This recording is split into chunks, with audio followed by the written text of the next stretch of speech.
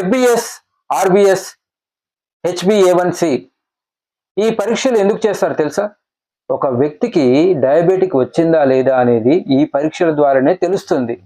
అదేలాగా form 26A annual income statement, tax information statement, form 16 ఇవన్నీ ఎందుకు check చేస్తారంటే filing చేసేటప్పుడు రిఫండ్ రావడానికి, అంటే ఎటువంటి ప్రాబ్లమ్స్ లేకుండా మన రిఫండ్ రావడానికి చెక్ చేసి ఫైల్ చేస్తే అటువంటి ఫైల్స్ ఒమిషన్ కానీ ఎర్రర్స్ కానీ లేకుండా త్వరగా మన యొక్క రిఫండ్ మన అకౌంట్లో పడుతుంది. నేను వీటి గురించి ఇంకా ఎక్కువగా డిస్కస్ చేయబోతున్నాను. కాబట్టి ఇప్పటి వరకు ఎవరైనా సబ్స్క్రైబర్ చేయకపోతే మా యొక్క శంకర్స్ అడ్వైజరీ ఛానల్ని సబ్స్క్రైబ్ కండి. మీకు చాలా ఇన్ఫర్మేషన్ మీకు దొరుకుతుంది. ఒక విషయం చెప్తున్నాను, ఎన్నో వీడియోలు మీరు సబ్స్క్రైబ్ చేసి ఉండొచ్చు. ఈ యొక్క ఛానల్ కూడా సబ్స్క్రైబ్ చేయండి. 100% అడ్వైజరీ ఫ్రీగా దొరుకుతుంది. నేను MK Shankar. Welcome to our channel Shankar's advisory. మీరు ఫామ్ 26AS కానీ చెక్ చేసినప్పుడు మీ యొక్క పాన్ కార్డ్ యాక్టివ్లో ఉందా, ఇన్యాక్టివ్లో ఉందా అనేది ఇక్కడ మీకు తెలిసిపోతుంది. ఇన్యాక్టివ్లో ఉంటే మాత్రం మీకు పైసలు రావు, దాన్ని యాక్టివ్ చేయాలి.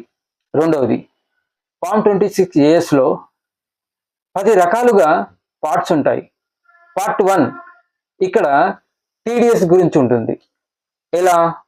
మీ యొక్క శాలరీ గురించి, మీకు ఏజెంట్ అయితే కమిషన్ గురించి, వీటిలో మొత్తం ఉంటుంది.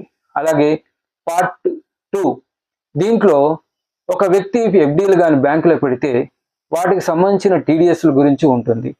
Part 3 betting games, online games ఆడితే వాటి ఇన్ఫర్మేషన్, వాటికి సంబంధించిన ట్యాక్స్ రిఫండ్ గురించి ఉంటుంది. పార్ట్ 4 మరియు పార్ట్ 8లో details of house rentals, house మరియు రెంటల్ మెషినరీ, వీటికి సంబంధించిన టీడీఎస్ల గురించి, మీరు ఇల్లు రెంట్కి ఇచ్చారా మరియు జేసీబీ లాంటివి రెంట్కి ఇచ్చారా, వాటి ఇన్ఫర్మేషన్ దీంట్లో ఉంటుంది.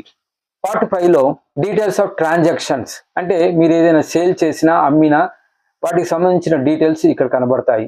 పార్ట్ 6 దీంట్లో TCS, tax collected at source, అంటే ఒక వ్యక్తి ఏదైనా ఒక బండిని కొనుక్కొని వాటి మీద బతకడం జరిగితే వాళ్ళకి కొనేటప్పుడు 10 లక్షలు దాటి ఉంటే కారు, దానికి సంబంధించిన టీడీఎస్ డీటెయిల్స్ ఇక్కడ ఉంటాయి. పార్ట్ 8 మీకు ఇన్కమ్ ట్యాక్స్ డిపార్ట్మెంట్ వారు ఏమైనా టీడీఎస్ కానీ రిఫండ్ చేసి ఉంటే వాటికి సంబంధించిన ఇన్ఫర్మేషన్ ఇందులో ఉంటుంది.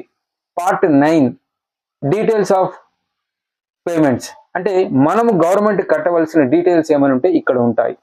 పార్ట్ 10 మనకు రావాల్సిన టీడీఎస్ మరియు టీసీఎస్ వాటి గురించి ప్రాసెసింగ్ ఇన్ఫర్మేషన్ ఇక్కడ కనబడుతుంది. తర్వాత మనము యాన్యువల్ స్టేట్మెంట్ ఇన్ఫర్మేషన్, దీనిలో 2 పార్ట్లుగా ఉంటాయి.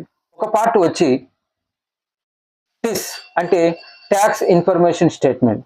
దీనిలో వ్యక్తి యొక్క, అంటే అసెస్సీ యొక్క name, DOB, pan number, cell number, mobile number, mail ID, address, వీటన్నిటి సంబంధించిన ఇన్ఫర్మేషన్ ఇందులో ఉంటుంది. పార్ట్ బిలో టీసీఎస్ మరియు టీడీఎస్ ఇన్ఫర్మేషన్ ఉంటుంది. స్పెసిఫైడ్ ఫైనాన్షియల్ ట్రాన్సాక్షన్స్ ఇందులో ఉంటాయి. తర్వాత పేమెంట్ ఆఫ్ ట్యాక్సెస్, మీరు కట్టి ఉన్న చలాన్స్ కానీ ఏదైనా కానీ దీంట్లో ఉంటుంది.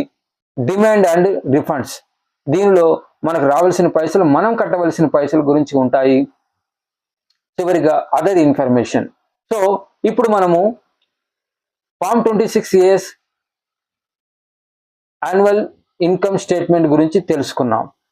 ఇప్పుడు మరి దీనిని మనం డౌన్లోడ్ ఎలా చేయాలో తెలుసుకోవాలి కదా. ఆ ప్రాసెస్ కూడా నేను చెప్తున్నాను, చాలా సింపుల్. ఆ యొక్క ప్రాసెస్ నేను మీకు స్టెప్ బై స్టెప్ చెప్తున్నాను. దానికి సంబంధించిన క్రెడెన్షియల్స్ మీ దగ్గర ఉండాలి. సో ఇప్పుడు మీరు ఇన్కమ్ ట్యాక్స్ పోర్టల్కి లాగిన్ అయ్యి మొదటగా ఈ ఫైల్కి వెళ్ళండి.